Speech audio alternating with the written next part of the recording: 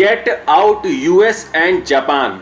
ऐसा मैं नहीं कह रहा, बल्कि इस तरह के नारे लगाए जा रहे हैं एक बहुत बड़े डिस इन्फॉर्मेशन कैंपेन में, जो कि चलाया जा रहा है अमेरिका और जापान के खिलाफ। और ये कहीं और नहीं चलाया जा रहा, बल्कि ये जापान में ही चलाया जा रहा है।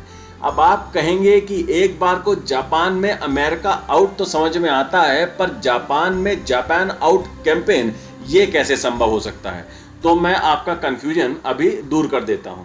असल में जापान में एक आइलैंड है ओकिनावा, और इस समय सोशल मीडिया में एक बहुत बड़ा कैंपेन चलाया जा रहा है ओकिनावा की आज़ादी के लिए।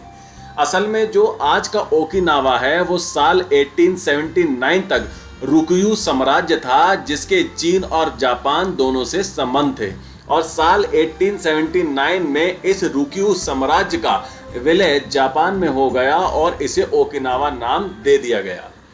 दूसरे विश्व युद्ध के बाद 1945 से अमेरिका का ओकिनावा पर अधिकार था, पर साल 1972 में अमेरिका ने फिर से ओकिनावा को जापान को सौंप दिया।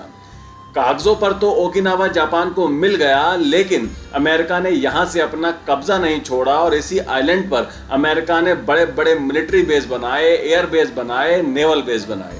दुनिया जानती है कि जापान में अमेरिकी सेना की बहुत हैवी प्रेजेंस रहती है, लेकिन आपको जानकर आश्चर्य होगा कि अमेरिका की जापान में जितनी भी मिलिट्री प्रेजेंस है, उसकी 70% प्रेजेंस सिर्फ ओकिनावा में ही है।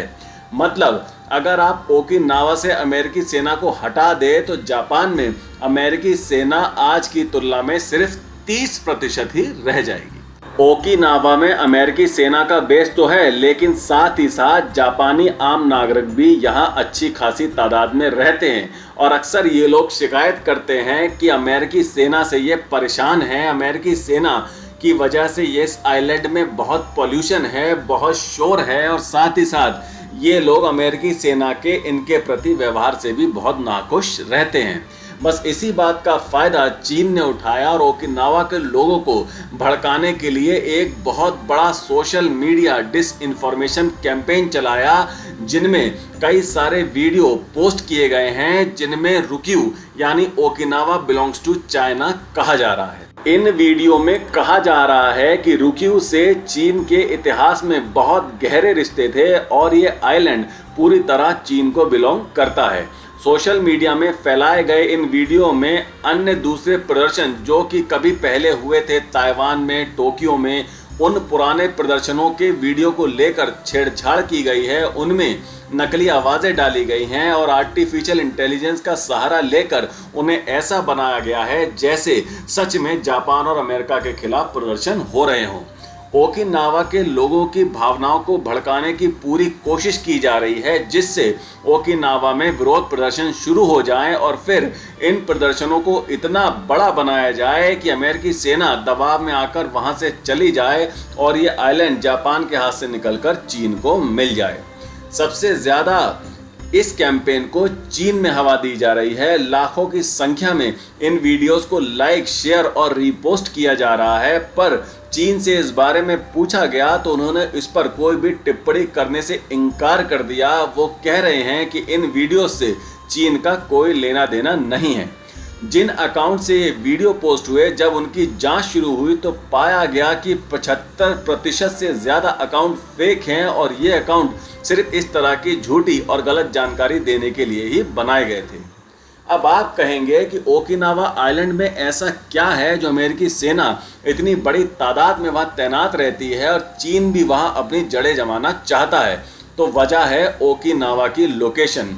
आप मैप पर देखिए, ओकिनावा दक्षिणी जापान और ताइवान के लगभग बीच में पड़ता है।